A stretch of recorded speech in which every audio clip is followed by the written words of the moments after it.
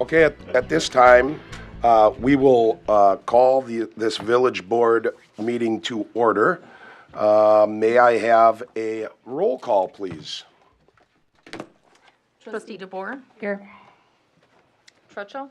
Here. Pfeiffer. Here. President Fannerstill. Here. Trustee Walschlager. Here. Connor. Here. Hallquist. Here. Thank you.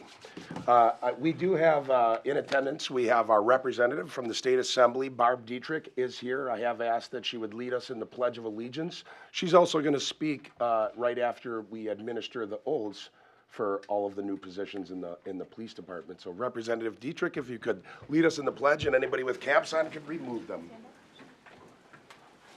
I pledge allegiance to the flag of the United States of America and to the republic for which it stands, one nation, under God, indivisible, with liberty and justice for all. Thank you. Where's Chief? Go ahead. All right, so we got a couple swearing-ins today. I think that's where the crowd's here for. This favorite crowd. Welcome. My name's Torrin Misko. I'm the Chief of Police for the Hartland Police Department. We have 3 swearing-ins today. We have a couple of promotions and a new officer that started with us, so we're going to kind of go through them one at a time. We're going to start with our new Deputy Chief, Brian DeBarge, if you want to come on forward.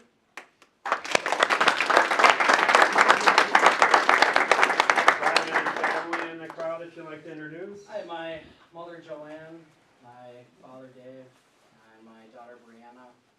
That's all I had tonight. We had some sickness going through the house, so my wife and young son are not here today, but my in-laws are on a cruise right now, so that's all I have to do. So our former Deputy Chief Rosario Calera retired back in December. Brian was a lieutenant with us. Worked for the Hartland Police Department for the last 13 years. Was a lieutenant for the last 7 or so, maybe a little more than that. A little over 7 years or so. Yeah, about that. It was right before I got here, I know that. So I've been with the agency for about 6.5 years now. Done an excellent job as our lieutenant on our 2nd shift, and he was ultimately promoted to that deputy chief position after we did a full recruitment for the position. So it's a well-deserved position. Anything you do want to say, you can say it. Thanks everyone for coming out tonight. I appreciate the support and your continued support, and I look forward to many years continue serving the village department. So thank you. We're going to have our village president administer the oath for deputy chief. All right. Yeah. If you could please raise your right hand.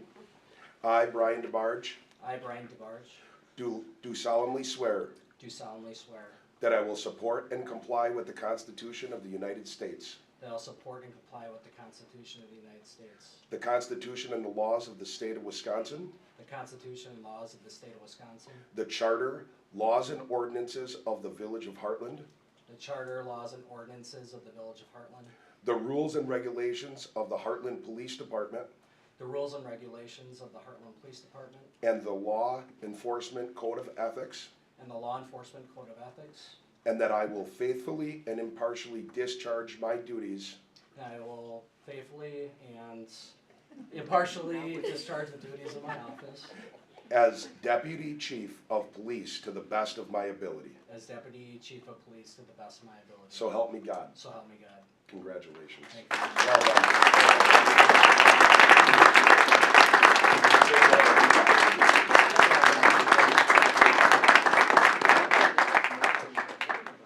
It looks a lot easier than it is reciting that oath. Do you have anyone you'd like to pin your badge? I'm going to call it my daughter, Brianna. So this is kind of a ceremonial piece that we always do in our profession, is we pin the new badge onto the officer. So Brianna, if you like your dad, you can stick that down.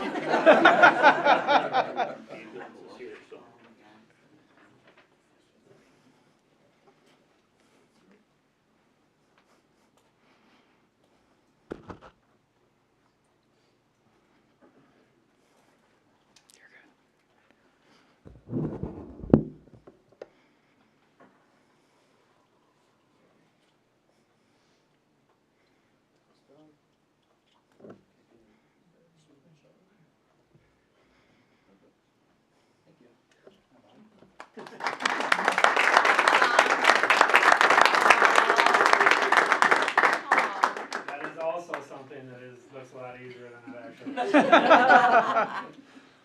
Up next, we have Lieutenant Joe Souther, if you want to come forward.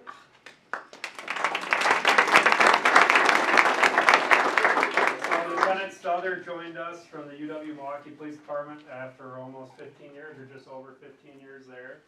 He joined us just a short time ago, so he just joined us last March. Done an outstanding job in that time frame, and put in for that lieutenant position, was ultimately selected to be our next lieutenant, and currently oversees our late shift or our third shift patrol as the lieutenant in charge of that shift. Anyone you want to introduce?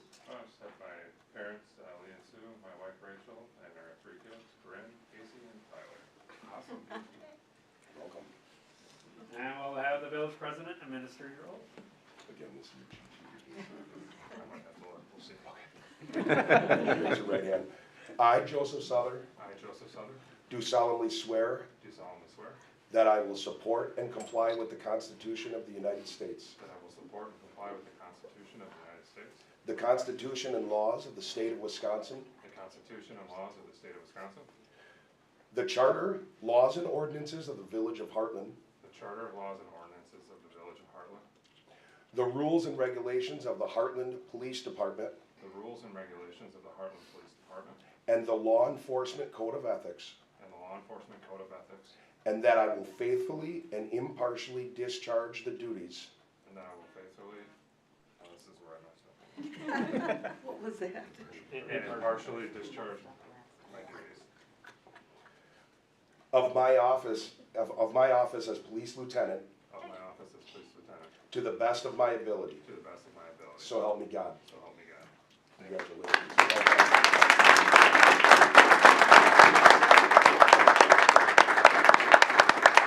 Anyone you'd like to call up? Do I come up? You ready for this? All right. Same speech, jab the mirror.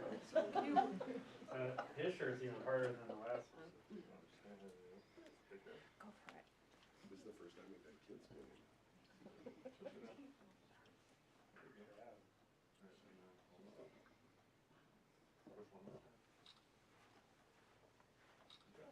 Look at that. You're a pro. Thank you.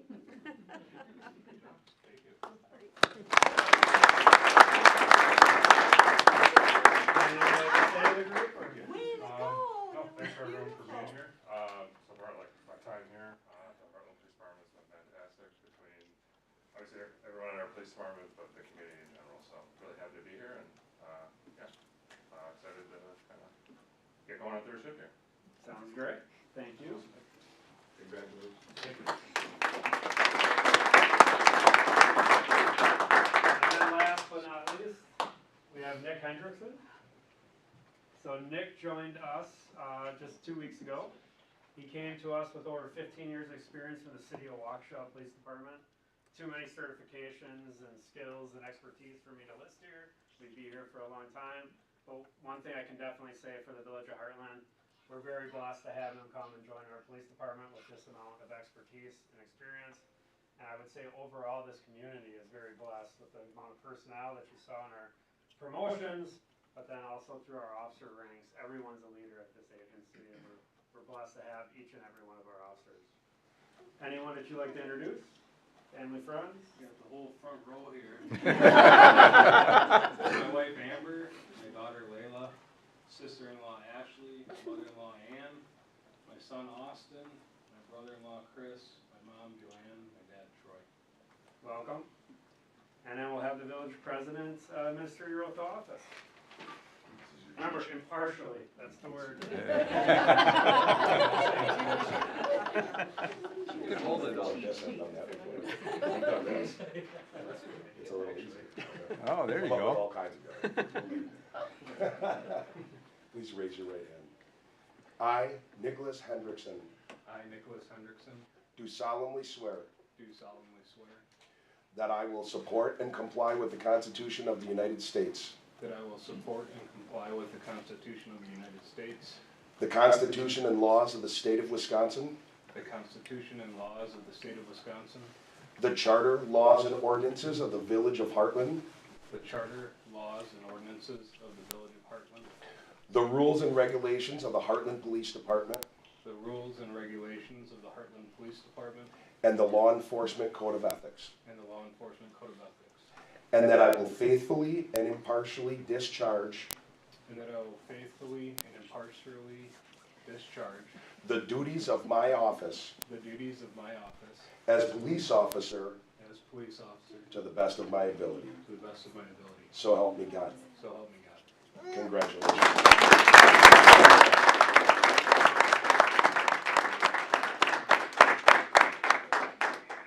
Anyone you'd like to call up? All right, come on up, guys. He's got a vest for this, so you can be a little rougher.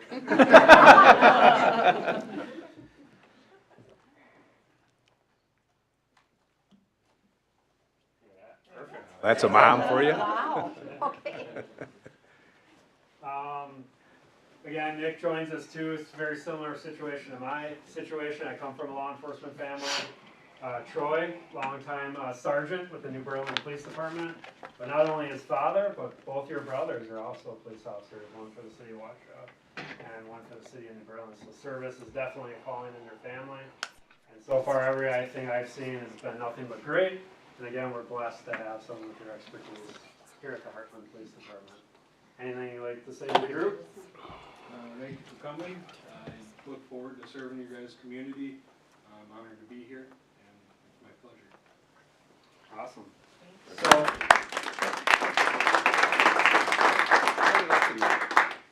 So we are done with the formal presentations. So now for the funner part of the evening is we do have some refreshments over at our library. We have a little rec room or a little event room right across the street. So if you go out these doors here, right into our library, all the way to the back of the library, we have some cake, some water, some other refreshments there, just for a little bit of time to talk and enjoy each other's company, get to know each other a little better. So please join us there. If not, you can sit through this board meeting, but you definitely figure your way over there. Since Torin is already on this, to our guest, I also want to extend to Representative Dietrich to say, after you speak, you can stay for the whole meeting, but it's not expected. Feel free to go to the library, and you're going to have much better conversations over there. Congratulations, Joe. I'll be right over there. Just got one black eye. In other words, he's bored. You get bored with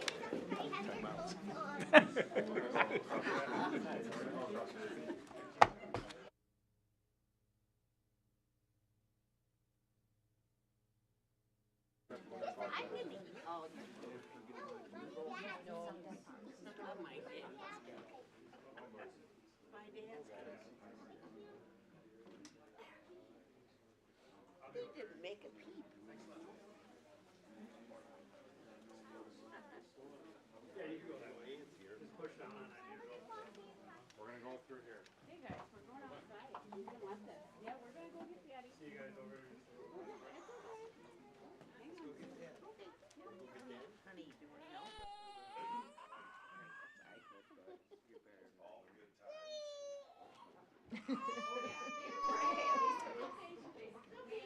It's chocolate cake. I feel the same way, brother.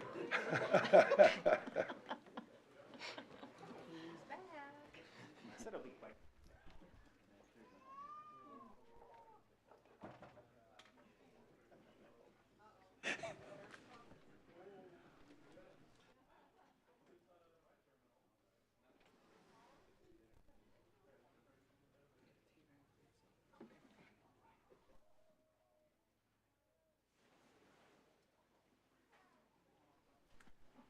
Thank you very much for coming, Representative Dietrich. The microphone is yours. We are very happy to have you here. You bet. One thing you will learn about me is that I give very short talks.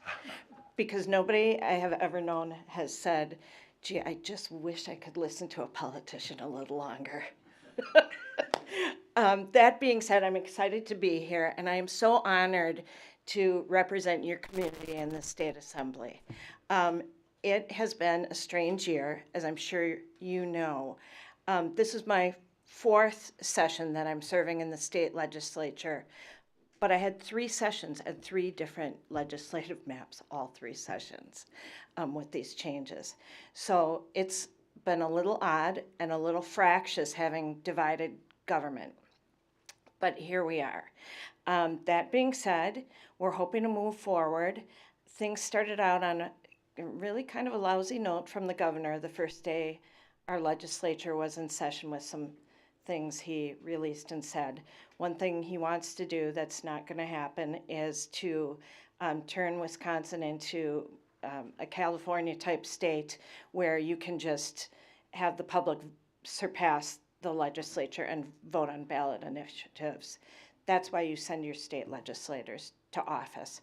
So while he may be putting that in his budget presentation, what we tend to do is take policy out of the budget and really try and keep it to dollars and cents. As you've seen, we hit the ground running. We have a constitutional amendment that the voters will be voting on in the April election that will require voter ID.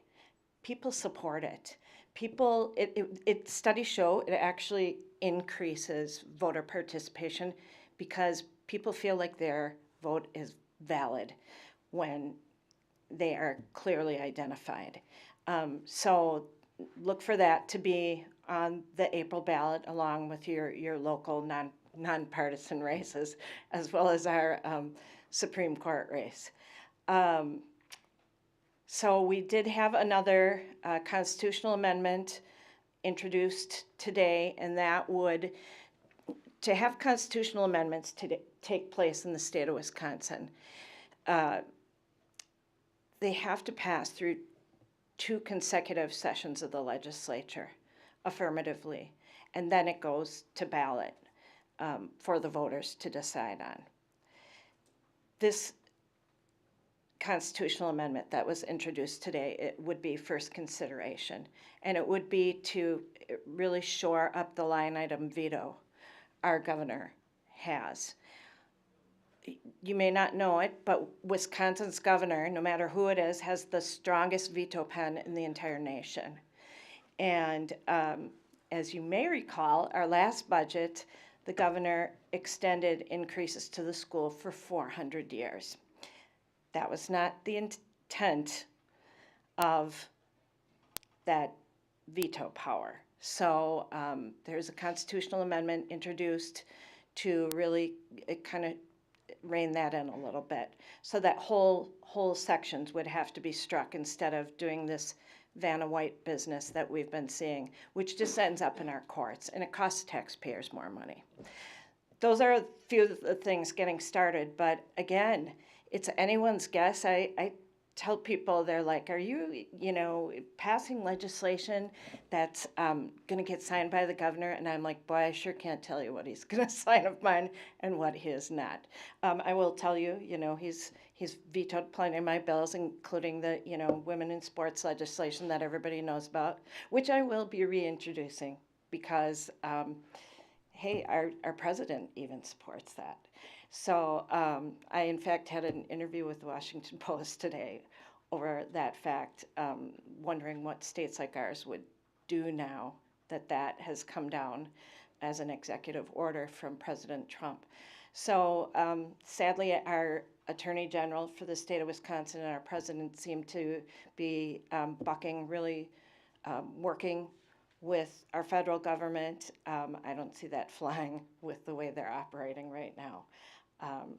So that's pretty much it in a nutshell. If you have any questions for me, I welcome them. I'm very big on working across all levels of government together. To me, when I first ran, everybody does the job that I do differently. And to me, it's a big deal to be approachable and accessible to people. So, I try to be out at community events as much as I can so people can come up and talk to you rather than the little people who like to say snarky things behind a keyboard. And that's really where the work gets done, I think, is having face-to-face conversations. And sometimes when you sit down with people, you find you can get to a better place together than when you're even having a phone conversation. So I'll leave you a couple of my business cards. I want to hear from you if you have questions. Jeff's got the Barb hotline, so he knows how to get a hold of me if there is problems. So does Chief Misko. We've worked together on the Waukesha County Chiefs Association together. So, and that was a delight. You know what a big law enforcement supporter I am. That was kind of fun to get to see those guys all sworn in and promoted. So I welcome questions. I'll leave you business cards. Is there anything I can answer while I'm here? Barb, I can just tell you that I will contact you because as a longtime high school girls coach, I'm very interested in talking to you further about what actions are going to be taken in the state of Wisconsin. Thank you, Tom. And I will tell you, you may not know this, but when I first introduced this legislation, first of all, I was told I was creating a solution in search of a problem because people hadn't even heard of a guy who goes by the name of Leah Thomas. And here we are. Now athletes are getting injured. But one of your students was the very first to stand up and testify on my legislation and talk about how she wanted to preserve girls' sports for girls. So I look forward to hearing from you. One question I have isn't as much of a question, but just asking for clarification. You had said when we were talking back and forth that after your budget hearings, I don't know exactly when those are, but you'll be doing listening sessions, and there's a chance that you'll be doing that right here in Hartland as well, or around the Yes. country area. So I will tell you, you may or may not have seen, I heard from somebody in Hartland today. I am doing a listening session Thursday night in Oconomowoc with Senator Kappinga. Senator, and this is the first time he and I have been paired up as a team together. We've always gotten along, but it's the first time every senator has 3 assembly people that are in their district. It's the first time we've served the same district together. That being said, again, everybody does his job differently, and he likes to hold regular listening sessions. So this will be my first rotating one with him. But what we all do is the governor will give his budget address on February 18th. That'll be televised. And I know you all want to mark it on your calendar. And that being said, after that is presented, then we move forward. And pretty much what we've done since Evers has been our governor is we take his plan, which will put your taxes to an untenable level, and then we start out from scratch. And we do a lot by listening to you and listening to voters and seeing what can and can't be done. I will tell you, you've heard a lot. Last session we tried 3 times to get your overpayment of taxes back to you with the big surplus we have. And all 3 times, the governor, who is now liking to tout that he's had all these tax cuts, vetoed all 3 attempts to get that money back to you. We are in a much leaner position now because of the economy and because of Medicaid. Our costs have gone through the roof here in the state, and so it's going to be a lean budget. So hate to be gloom and doom, but look for things to be leaner this session.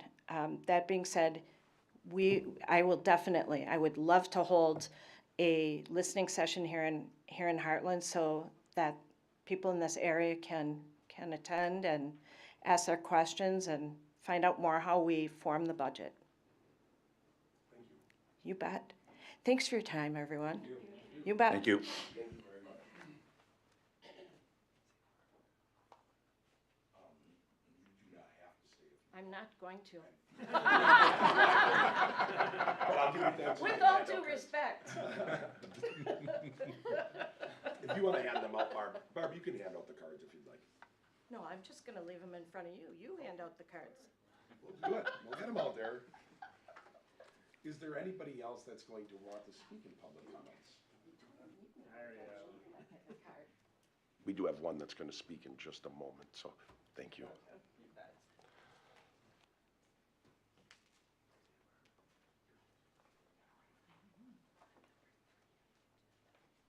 Very much, Barb. You bet. If you'd like to come up and speak, you can go towards the podium.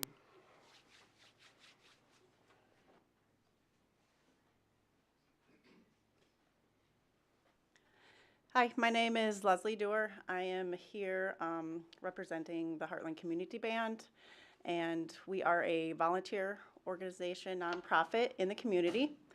And 2024 was the first year that we were not invited to play our concert at the hometown celebration.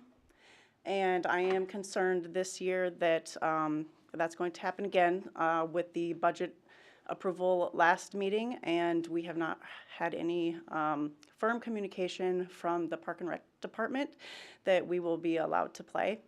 The band is comprised of over 60 community members in the Hartland area. They do have to audition to be in the band, and we do pay dues to be a part of the band. And I want to put it on public record that the community band does want to play for the community. And this celebration was a part of our whole history. We have played at the celebration for decades. And I just want to make that comment tonight. Thank you. Thank you. Thank you. Anybody else that would like to speak in public comments? Anybody on Zoom? Nobody on Zoom. Last call for the room, if anybody'd like to speak. All right. Well, at this time, we'll move to our first item, which is the approval of the minutes from the January 13th, 2025 meeting. I'll make a motion to approve the minutes from January 13th, 2025 meeting. Second. It's been moved and seconded to approve the minutes from the January 13th meeting. Any discussion? All in favor? Aye. All opposed? That motion is carried. Oh, you get, abstain? We now have, that motion carries. Now we have items related to the vouchers and payments. We have a consideration of a payment number 3 to American Sewer Services, Inc. in the amount of $7,504.25 to close out the 2024 utilities program. Yeah, again, this is just closing out our last year's utility contract. We don't have any issues with the work that was done. Staff recommends a payment of $7,504.25 to American Sewer. Make a motion that we make the payment of $7,504.25 to close out the 2024 utility program to American Sewer. It's been moved and seconded to close out the payment number 3 to American Sewer Services, Inc. I have a question. in the amount of $7,504.25 for the 2024 utilities program. Discussion. Tom, in the letter from Ruckert and Milky, it says you may want to have your legal counsel and insurance advisor review the lien waivers. Was that done? Yeah, that's done with every contract that we have. So they did go over everything, so we're good with that? Yeah. Okay, I just wanted to double check. Thank you. Yep. That's it, I'm done. Any other discussion? All in favor? Aye. All opposed? That motion is carried. Now, with that being included in these numbers, we have a consideration of vouchers for payments in the amount of $368,294.56. I'll make a motion to approve the vouchers in the amount of $368,294.56. Second. It's been moved and seconded to pay the vouchers. Any discussion? I have a couple questions. The construction cost for the scoreboard update at Nixon Park was about $8,400. Is that for the new scoreboard? That's not the old one, correct? That's the new No, one? that's just for the electric contract, so it took 50% down payment for the work to commence. The other portion will be what was approved at the last Okay, that's what I board meeting. assumed, but Yeah. I wanted to double check that. Mhm. And then, let me look at one more. The meters, we replace our meters.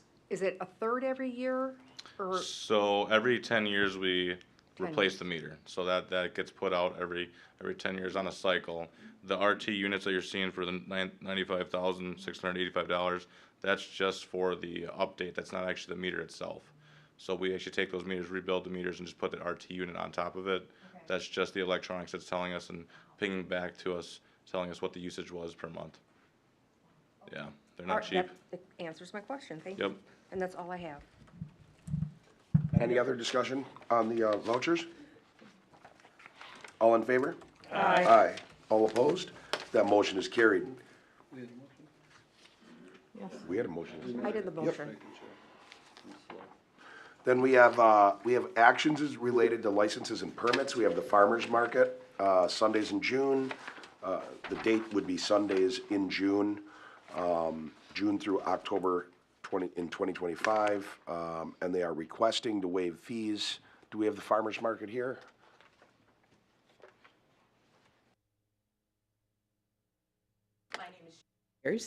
I'm the new manager of the Hartland Market. This is something new to me, so. But it looks at this point like it's going to be better than last year. I've already got much more interest in joining because it has been declining. But I'm looking at already going into the second lot. So if you have any questions or anything that would help me get through. Sure. Can you touch on the request to waive the fees? As far as I didn't believe we had to pay a special from what I've been told, that we had to do a special permit fee before. Okay, what would the fee normally, okay, and you can continue. Okay. Is anything else changing? Nothing else is changing. I mean, I do have some people working with me, but I'm not doing it by myself. Of course, as far as, the only other question I have is we do have an issue with overnight parking. And I don't know if there's anything that can be done about that. So far, it hasn't been a huge issue, but if they come to pick up their car during the market, they're not going to be able to get it out. Yeah, it is. All of our lots that aren't tagged, they are allowed to park there overnight. That is always a risk. I know there was talk originally of it possibly coming to this parking lot. That would be the same thing as here. Again, that just is what it is. We have all lots are 24, so. Okay. They're aware of it. We had it with our train. We had a couple people that had vehicles parked there, and we said if you don't get here by the time the holiday train is here, you're stuck. Okay. So. I just wanted to know where we stood there because I don't want somebody coming and trying to plow their way through. Yeah, and that's a difficult situation because it is the lot. And years ago when it started, there just really wasn't cars that parked over there.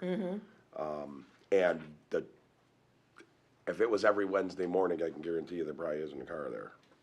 But because it's after Saturday morning or Sunday morning early, like 2:30 a.m., there's cars there. And obviously they haven't even come close to waking up to come get their cars if they're even asleep yet. So that's the tough thing with that. But we do try to stop it. We've tried to come up with ways to get around that. Unfortunately, because someone's in there, it's a very difficult thing because if someone called the police and says, I have to get my car out, they probably are going to say, you got to let them get their car out. So it's a really tough thing. We do try to stop it, though. We want to make sure people aren't drinking and driving. I'd rather than. Well, agreed. I mean, that is a valid point. Yep, that's the toughest thing. And I'm not sure how much it's happening or if it's happening a lot, and maybe if it starts happening more, communication with us would be a big help. If it's happening every single week. It last year did not, but Oh, there okay, were good. some Sundays where there were 3 or 4 cars there. And if I'm getting both lots filled, where I have to figure out where these people are gonna go. And I'll work with the village or have them work on something, I don't know. I don't know what we changed that all of a sudden it's like, hey, starting at a certain time, I You mean, know- because we're allowing you to run it, it's like, this is not a public lot because it's Right. not. So if someone has to get their car out by a certain time, there's nothing wrong with doing that. From 7 a.m. until 2 o'clock, it's not a public lot. But that's something that we can look into, but they just can't guarantee it right now. Okay, Yeah, my comment on that is it is something that's come up in the past. Everything's been kind of touched on in one shape or form as the reasons why nothing ever happened. I think the key piece of that is if someone's being responsible enough to leave their car after they maybe indulge in too many alcoholic beverages, that's a good thing. We don't want them out driving and potentially harming or causing property damage in that regard. So we kind of always dealt with it on the on and off basis as it's come through. I know we talked about potentially moving it. I think Village Manager Bailey brought that up.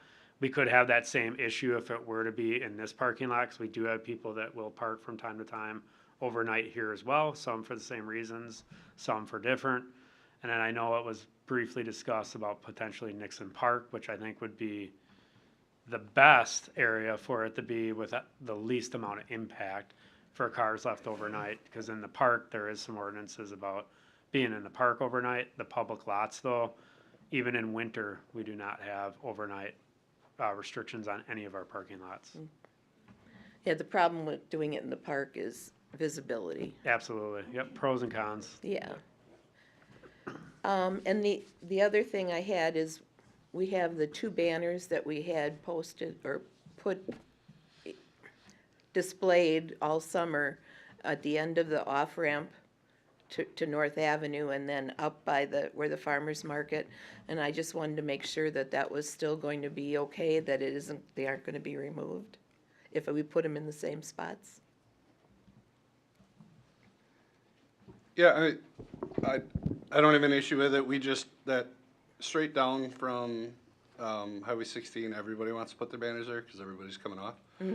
Since it is a village, I guess, approved event, but we have Arrowhead always wants to put stuff there. We have numerous businesses. We normally don't allow it, but again, for an event that we want people to come to in town, I don't have an issue. Does it seem to be an issue on your end? It does not. The only time, we don't get into the policy side of it from the police side. It's either approved or not via village board or village staff. Where we get involved if it does cause like a traffic issue where it's any side of line, like through traffic or anything like that. Or if it's clearly in the right of way causing an issue, like right up against the road or anything like that, so. Okay, I think to my knowledge, I've never had a call on your signs in the past, so I don't believe we're Okay. problematic. I know the one at the end of the off-ramp was broken when I picked it up, so it's been fixed, it'll be fine. But other than that, I don't have any concerns, unless anybody else. I do want to ask for the village what the fee would be. That's what I think. So there's nothing to waive then? Well, there's a special, they submitted a special event application. The fee for a special event is $75. Okay. So, So there's a special event application, but there's not a fee to rent the. no, there's no rental fee for the lot, just the application for the special event. Okay. So, I've been leaning more this way, and I hope you don't take any offense to this. I've been leaning more towards, because even like, if you notice, just as you're speaking, because it is taxpayer dollars, we'd go and do some extra special things for certain groups, which are great things for Hartland, like the farmer's market, but it does help offset the cost of certain things that may go on, of, keeping an eye on the signs or trying to make sure that people aren't always parked in there, or if someone was parked in there and really needed to get their car, it could lead to more calls. So I would like to see the special event, this is just my opinion, I'd like to see the special events, it's only a one-time fee, that fee be paid to help offset the village of Hartland and them losing parking in a parking lot. I'm not that worried about that, because that's not usually full anyway, and this is a good thing for Hartland. And I know that this is a change, but it does take some village resources, and I think that we need to start capturing that, some of that. That was a question I had, is what criteria we have, because I think, like I said, there is village involvement and there's payroll involved with that. Sorry. I had it on.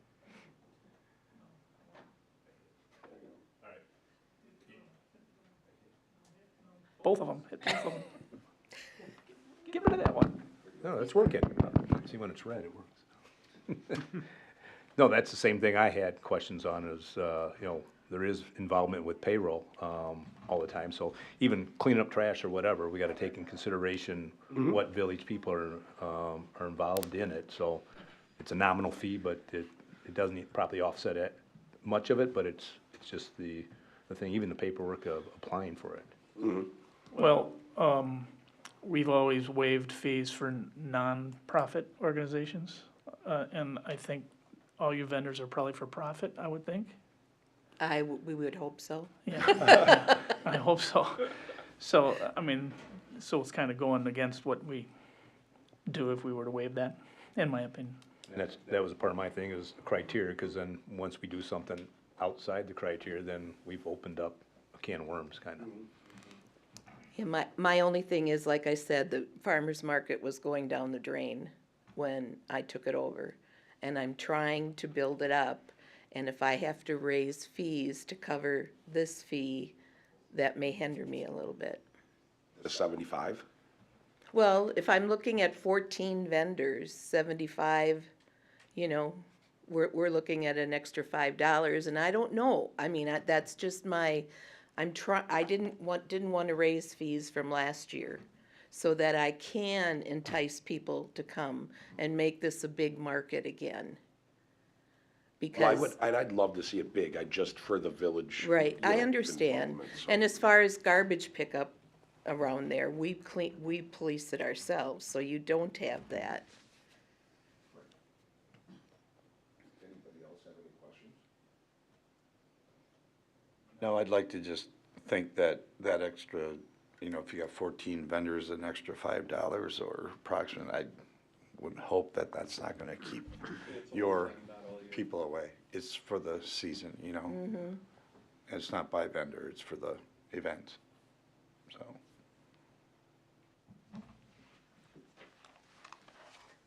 Anybody else have anything they want to add? Otherwise, we can entertain a motion to, however, if someone, whatever way people want to go. I'll make a motion then to approve the special events application for farmers market on Sundays, June through October 2025. But I'm gonna put without waiving the fees. I'll second. It's been moved and seconded to approve the farmer's market without the fees waived. Any discussion? All in favor? Aye. All opposed? That motion is carried. I do think it's a wonderful market and look forward to you having it again. I'll try Okay. to make sure I get down there some more. to So spend we next would week. appreciate it. When is that fee due? Just before your first. Okay, good, because Yeah. otherwise it Yeah. would come out of my pocket right now. No, you have time. Okay, thank you. Thank you for being here. Thank you.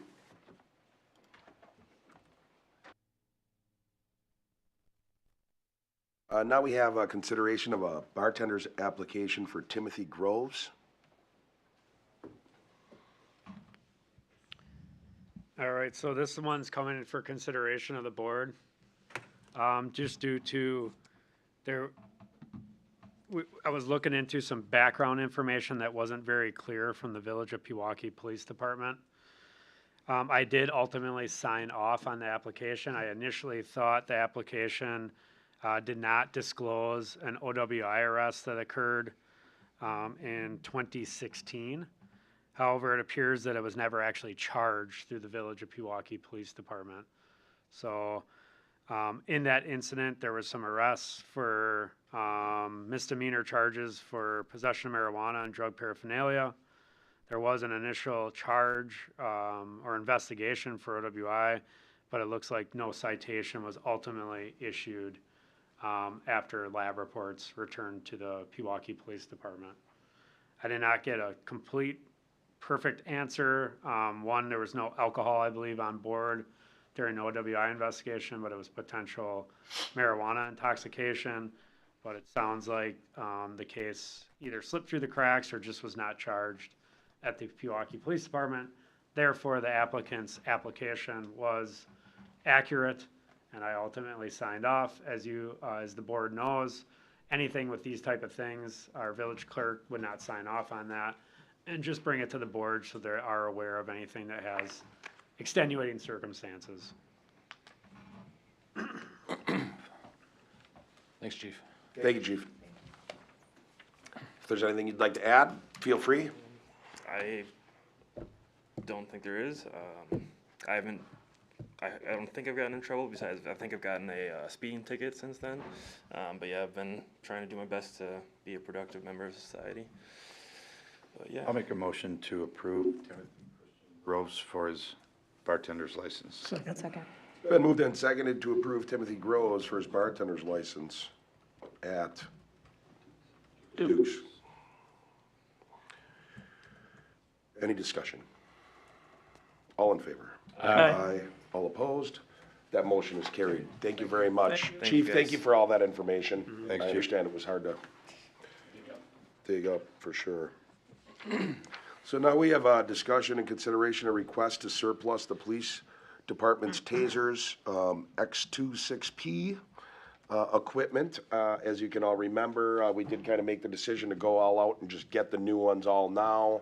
And it has been our unwritten policy, or maybe it's even a written policy, I don't know, but that we go to some type of, we go to the auction site so that it's never just going to, we don't know. There's always a way to track it. So, Chief, do you want to touch on that? Sure. So as the village president stated, we transitioned to those Taser 10 units. We did that in the month of December. We were able to put on what Axon considered a rush, get those units just before we started training in December, got the entire agency transitioned over to the new platform. As you recall, we did that because we were having some critical fault error messages appear on our older units. We didn't want those messages on that type of tool that we had available to us. So we decided to move forward with the new platform that was available to us. Now that we're transitioned, we do have several tasers that do not have that critical fault error on them, and I'd like to surplus those. So we typically would go through auction site, these being a less lethal weapon, also with some that we had issues with having that critical fault error. I just didn't want to sell these one on an auction site and then have issues come back with our units that we sold. We were approached by a couple police departments. One was no longer interested in purchasing them. They were looking to go a different route. One, though, said they would purchase 2 of the units for $350 each. They would be fully aware of the issue. I can't predict if a fault error appears tomorrow or 5 years from now. It's just, they're randomly appearing on different units, so there'd be no warranty. We would obviously be upfront and tell them that there is potential issues, like any X26P package that is out there right now, and that there would be nothing they can do as far as warranty under the parent company of Axon. So we could do that for a little bit more money. The bigger part for me on that is we're helping a smaller community that has a need and is looking to be able to utilize that product as long as they can, where it's still in good working order. So we could sell those 2 to the Houstonford Police Department for $350 each.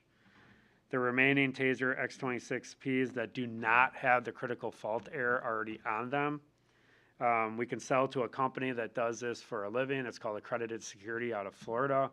They buy Taser units, refurbish them, and then resell them on a secondary market. That puts a legitimate company in charge of product that they're willing to take on. They would buy those for $200 each. And then any batteries, spare battery packs or cartridges, we could sell for $10 per battery pack or $5 per cartridge. Now, we have no issues with those battery packs or cartridges, so that is something I could attempt to get a little bit more price for on the auction site. It's not going to be probably a lot of money difference if we get a buyer or not, so it just depends how much time and money we want to spend doing that process, or if we just get rid of the inventory through that accredited security. Really, I could do it either way. It doesn't really matter to me on surplusing the battery packs again and the spare cartridges that we have. The 4 X26Ps that we have the critical fault error message on, those, no one will touch, like accredited security wouldn't touch those. They don't want those. There's nothing they can do with them. Once that error message occurs, really the only thing they're good for is paperweight, junk, recycling, garbage. They're no longer really in use. However, Axon, through their trade-in program, would still provide $100 per unit for those particular units. So I can surplus all those items through those particular needs. Again, looking to do 2 through Hughesford with them fully aware of what is going on with that particular Taser X26P. The other 13 without the critical fault error message, so they're accredited security. And then the final 4 sold back to Axon only for $100 each. I would make a motion then that we approve the surplus of the police department's Taser X26Ps per chief's recommendation. It's been moved and seconded to sell and dispose of these tasers per chief's recommendations. From a discussion standpoint, Chief, and I'm only doing this because we have the policy that it's always, everybody can see everything all the way through. How long will it take to complete the process for all of them?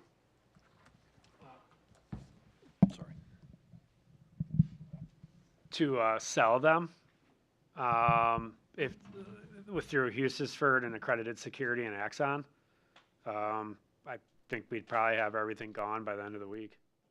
Okay, so if we put it on, for the board's sake, because like on the surplus site, we can go see it. Can we put this back on, not next meeting, but the meeting after, this would be on, and then at that meeting, could you have those bills of sale? Then we have a clear, you know what, I'm making a clean record. We've sold them, we went and got a decent price, and it's always there for the future to be able to see back, hey, what happened to those? That's my biggest thing is someone down the road can always say, hey, what happened to that?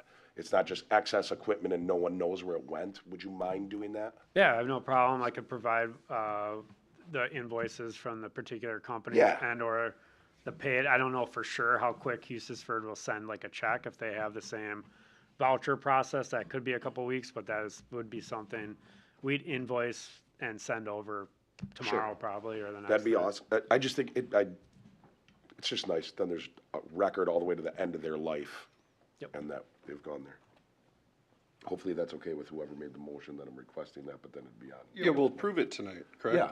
Yeah, so the other big thing, if we put everything, we just didn't want the liability of putting all this on Wisconsin surplus. Somebody buys it, something happens with a fatal fault there that we know, hey, this could have happened. At least now it's going to a police department or going to a refurbisher. That's the key for doing this. All right. All in favor? Aye. Aye. All opposed? That motion is carried.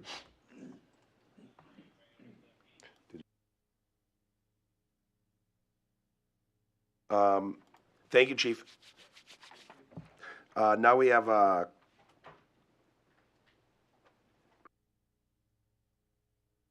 consideration of a second reading for bill for an ordinance number 01132025, an ordinance amending Article 7 of the Village of Hartland Code of Ordinances regulating mobile food vendors. So again, as I mentioned last time, this is just the second reading of this. All this would essentially do is if somebody wanted a food truck on their personal property, it would be approved by myself, village clerk, somebody in the administrative office. This wouldn't change for special events, anything of that, but there are people who have wanted to have one on like a Thursday. They haven't. There's been businesses that have said, hey, I'm gonna come in and get a permit. They haven't. So I don't think it really is gonna change much. If food trucks ever got out of hand, we would come back again. So, and I would obviously make you all aware if a food truck is getting approved, but we haven't had any. It is the second reading. You could suspend the rules, or we can just wait till the third meeting. Frankly, there's no rush. So if you want to go third reading, go third.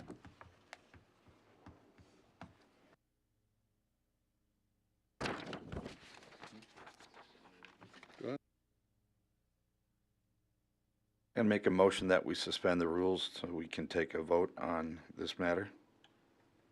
Second. Been moved and seconded to suspend the rules. Now you can make your motion. I'm gonna make a motion to approve. Oh, yeah, sorry. Oh, All in favor of suspending the rules? Aye. Aye. Aye. All opposed? That motion is carried. We're now operating under suspended rules. That said, I'm gonna make a motion to approve ordinance 113-2025, an ordinance amending Article 7 of the Village of Hartland Code of Ordinances regulating mobile food vendors. Second. It's been moved and seconded to approve bill for an ordinance number 01272025, an ordinance amending Section 7 of the Village of Hartland Code of Ordinances regulating mobile food vendors. I'm sorry that I just read the wrong number. The number is 01132025. Discussion. All in favor? Aye. All opposed? That motion is carried. Now we have consideration of a first reading of a bill for an ordinance number 01272025, an ordinance amending section 10-208, special events permits. So this is just, if you recall, recently we approved that permits shall be submitted. The ordinance says they must be, so we're just essentially updating this so that items within 60 days could be approved, but the village board could still not approve them. That's all. Just making the movement, what happened last couple meetings, match our ordinance. So Touch on that one more time. Yep, the ordinance says any applications submitted less than 60 days prior to an event will be denied. We're changing that to say they could be denied. Okay. So that if somebody, like the holiday train where we learn the dates late, if we brought it forward, you guys could deny it or could approve it. Right, got it, okay. That's it. Anybody have any questions on the first reading? Okay. Now we have discussion and consideration of hiring Rukert and Milky for a right-of-way verification on Cottonwood Avenue. So Rukert and Milky, we've been talking to them. Staff has been putting a lot of time and effort into the future of Cottonwood Avenue. As you know, there may be hopefully some redevelopment there in the future. So we're looking at ways for the power lines to be buried, have, and I'm always gonna mess this word up. We're gonna have bump outs where the crosswalks are, but. Terrace. Thank you, Larger terrace. terrace area. What are Yeah, a larger terrace area, so just between the back of the curb and the sidewalk, having an area that looks more like East Capitol or something like that, where it looks a little more inviting. Yeah, we really want to do a good update to the road. So what they're going to do with this right away, they'll essentially survey, look at CSMs, look at every land, make sure everything that we want to do on Cottonwood, we're not encroaching someone else's right away, and make sure that what we want to do is physically doable to make Cottonwood from the train tracks to downtown a really appealing road with all the redevelopment that could happen. So this is like a 2027 type time frame for the paving, but we want to start this to see if it's worth it. I'll make a motion to hire Rukert Milky for the right-of-way verification on Cottonwood Avenue. Second. It's been moved and seconded to approve Rukert and Milky for the right-of-way verification on Cottonwood Avenue. Discussion. And you got a thought. I see it. If we do these improvements and the bump outs, and then say somebody wants to come in, a developer wants to come in and they're gonna buy a couple properties, knock everything down, wouldn't that damage what we've already done? Wouldn't it be better to do the improvements, not the wiring, Yeah, the road may be concrete. but the road, the sidewalks, and that after they build something? So the 2027 time, I think, will be when a couple of them might have that. But you're right, if we know that two developments are coming in 27, we may push it to 28. We're Okay. gonna be cognizant of that. I have a feeling the road will be a concrete and Why are you saying that? longevity of main road. So I talked to Rukert and Milky about this. So a normal road is gonna get us 20 to 24 years of service. A concrete road's gonna get you 40 to 50. There's a lot less maintenance on concrete. It is more expensive, but we looked at the payback. It makes sense on your main roads to do concrete. It's just expensive up front, but it's gonna last longer, so. Well, not only that, but I give kind of a redevelopment kind of an area where they can go with it, kind of right now everything is kind of, our right of way is jagged all up and down the road. Because a lot of changes have happened from the beginning of the right-of-way on Cottonwood. So having the survey actually done will kind of give developers kind of a fine line of what they can do and what they can't do in the area, so.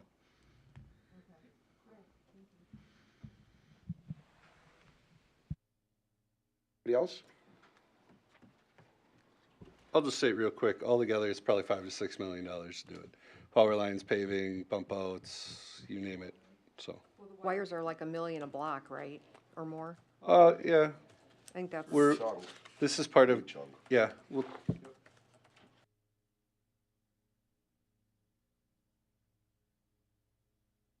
All in favor? Aye. All opposed? That motion is carried. Now we have discussion and consideration of advanced life support agreement with the Village of Merton Fire Department. Chief? Good evening. So since Pewaukee has taken over for Lisbon, Lisbon was Village of Merton's primary ALS support.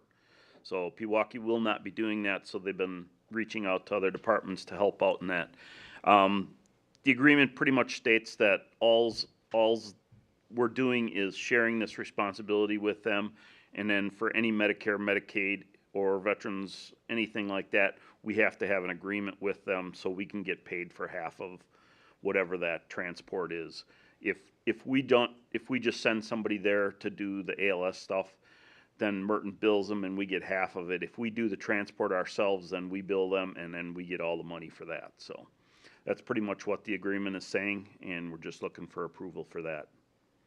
What is and just forgive my confusion, but I know that the town of Merton made a bunch of changes because they originally were like, I just want one contract. I'm a little, what Merton are we dealing with? Because is there even a need anymore? Does the village the village runs just their own fire? So the Village of Merton, EMS, sorry. They had a private fire company, and then last year the Village of Merton took them over, so now they are a village entity. Wait, so what? Say that one more time. The Village of Merton. So used to be Merton Community Fire Department. Merton Community Fire Department was a private company that contracted with the Village of Merton and the Town of Merton for certain areas. Village of Merton took them over, made them a village entity. So now they are the Village of Merton Fire Department. Got it. So they're just looking for the ALS service. They are not an ALS service. They have some people that are ALS certified, but they can't run because they can't run under their license because they don't have. They're just a basic service. Basic. So yeah, we would just be supplying them with the licensure to help them treat their patients, and then we would. Because once you show up, and now they can administer. Right. And before we were paramedic level, we would have Lake Country, Western, whoever would intercept any of our ALS. We may have had paramedics on our rig, but they cannot perform under our license. They had to have a different ambulance come essentially meet transport, and then they can provide it. Yes. I'll make a motion then to approve the advanced life support agreement with the Village of Merton Fire Department. Second. It's been moved and seconded to approve this advanced life support agreement with the Village of Merton Fire Department. I do have a question. It just popped into my head, but I'm gonna ask. A lot of people work on both departments. If a person's clocked in Merton, they are not clocked on Hartland. And if they're going and responding in Merton, because they already work in Hartland, how does that work? They cannot. They are running, if they are working for Merton, for the Village of Merton, they are simply running at a basic level. Regardless of whatever they carry. Correct. Or, okay. Yes. I wanted to make sure of that because I would never want something. Right. If I was gonna try to save money, and we're all little communities, I mean, sorry, I think about this stuff, but it's like all of a sudden you find out at the end of the year, it's like, yeah, we missed out on 30 charges because. No. So, if they're running, if they're employed at that point by the. They Merton still have Fire to call Department. it through and it still gets charged. Correct. Okay, thank you. Anybody else? All in favor? Aye. All opposed? That motion is carried. And now we have a discussion and consideration to award the Big Fish Contracting the contract for salt dome roof replacement for the sum of $50,475. So yeah, if you remember last year, we had the walls of our salt dome kind of reconstructed and kind of built back up on the inside for the integrity of those. Now this year we are looking at replacing the roof on the salt dome. We got multiple quotes from different contractors. I learned a little bit more about roofing than I thought I would know, being that it's a taller structure and it sees more wind. It's not like normal residential roofing.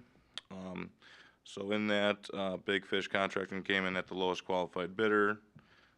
Staff recommends awarding them for the replacement of the salt dome roof for the sum of $50,475. Do we have to move all the salt out again?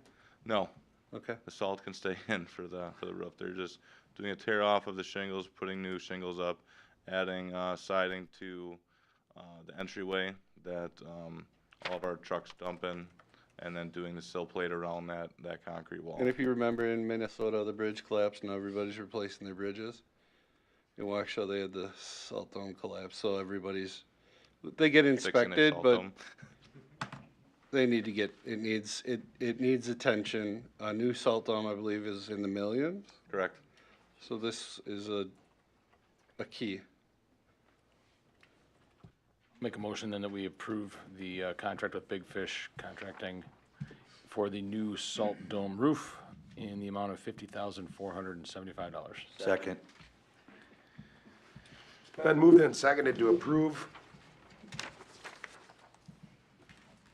the contract for the salt dome with Big Fish Contracting.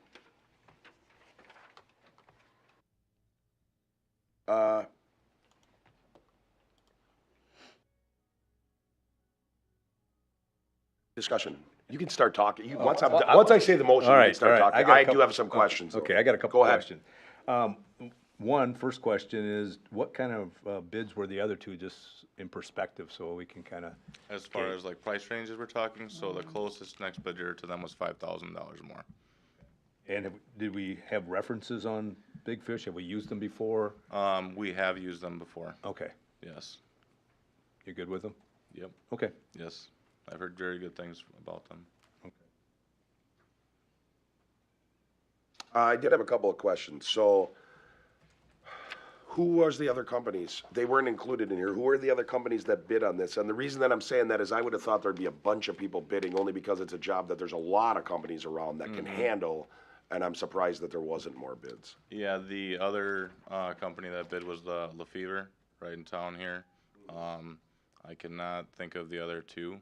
I do have those quotes in my office though, but offhand I do not know the names of those Can companies. you email it to them in your weekly update? You Yeah, can I can do send that. the bids. Yep.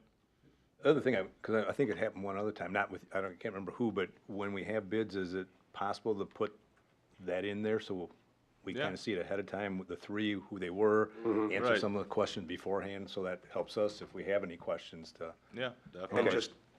And just to throw out why I'm saying it, and at least coming from me, and I don't think it is from Rick either, and Tom, I'm just being straight with you. Yeah.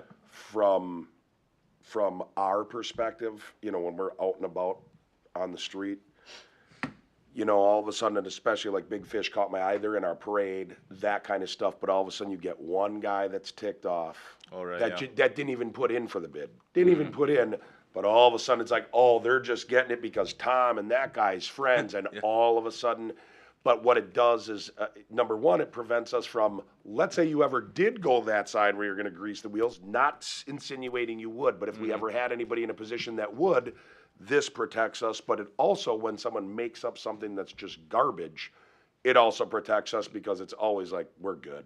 Yeah. We know the bids. Right. Can you understand Yeah, kind of and from I've our always end? kept records of those bids for that purpose, just so I have that kind of honest, But, yeah, I can provide that though. Yep, but in the Yeah. future, always include them in it, if you could. Yeah, definitely. Thank you, and that's not on you, it's just Yeah. because of the world we live in now. I hear you. And it just keeps us all honest. Mhm. So thank you very much, Tom, though, I mean, I'm all good with that. All in favor? Aye. Aye. All opposed? Well, no one opposed, so that motion passes. We have announcements. The West Rock pit development is moving along. If you've driven past there at all, we are currently working with Catalyst and Integrity.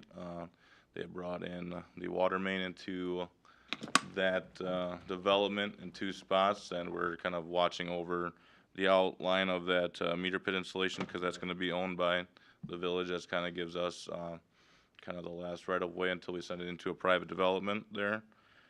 Another thing, we will be sending out letters to residents in the near future, so if there's any question about those letters, every 3 years we're required to sample for lead in the village, and that's throughout different residents, so we're looking for some participants for that requirement.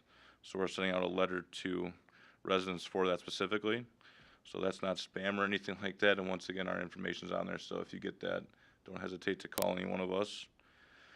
The ice rink is open. We've had cold weather. We are going to have some nice weather this week too, so with still freezing temperatures at night, so we'll still hold ice. The scoreboard, last board meeting I was asked about future power. So we are putting out another 1-inch conduit, boring that in those locations. The change order for that was around $1,200. I've talked with the contractor. We're gonna kind of sub out some of the concrete work that they were originally gonna do, and our guys are gonna do that work, so try to make that line up with where we were originally. So that's gonna give us an extra 100 amp service potentially if we want, but we're gonna have an extra run to put it in as well. So, yep, yeah. So that's all I have. Let's bring it on. From the top. You got anything? Okay. So our It's three. Cagel's turn. He says he's got nothing today. So our 3 full-timers have finished the academy. Their first shifts will start on Saturday, the February 1st. All doing really well. So they had a really good academy. Final day was Sunday? It was on Saturday. Saturday.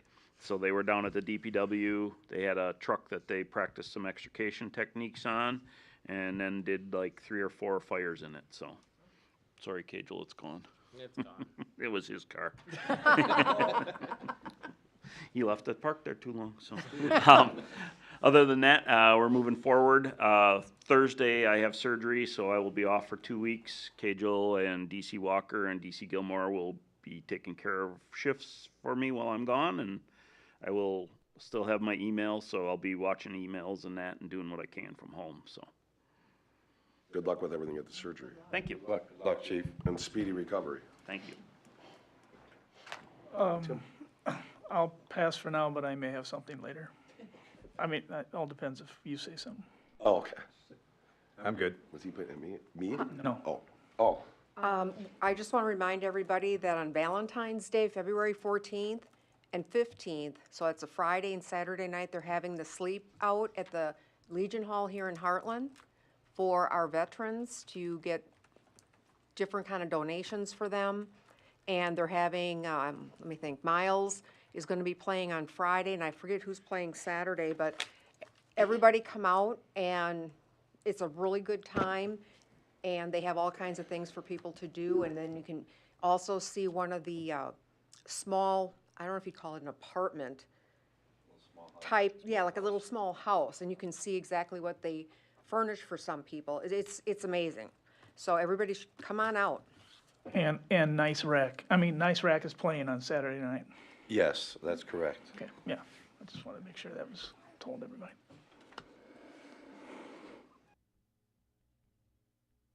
Good. Yeah, so the items I had, our recreation director, Sarah Rennicab, has resigned. That'll be effective February 7th. So we will be putting something out within the next week, hopefully to fill that position. Sad to see her go. We will be bringing to the next board meeting a closed session item for negotiation of the beer garden, the future of it. So just when you see that on the next agenda, just don't be shocked. The chamber has a new director. I'm doing lunch with him Thursday. I believe you're meeting with him at some point. I was supposed to meet with him, but his car's wife was broken down that night, so we had to reschedule. We just haven't picked the schedule. His name's Derek.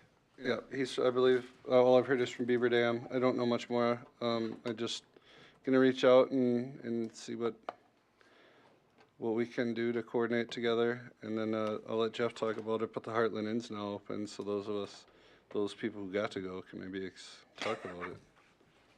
You could have gone, you chose not to come to Hartland.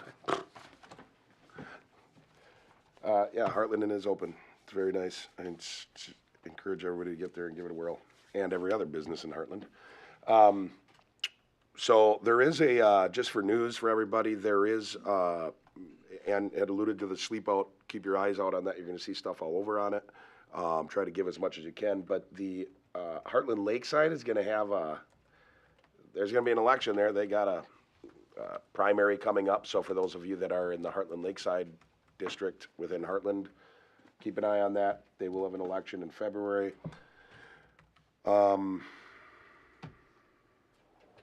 We don't have to worry about ice shanties or anything going through the ice, but God bless the person. That's a horrible story. You know, everybody please be safe. Those of you that are going out on the lakes, can happen fast. Please hit that ice rink. I don't think it's gonna be there much longer for us. It just seems we're going warmer, and once we start losing it, it gets really tough. And I really don't have anything else. I just want to publicly thank Sarah on behalf of the park board for all of her work in the last, 2.5 years, 3 years, or whatever, and we'll miss her. Definitely she will be missed. Make a motion that we adjourn. Second. It's been moved and seconded that we adjourn this meeting. All in favor? Aye. Aye. Meeting's adjourned.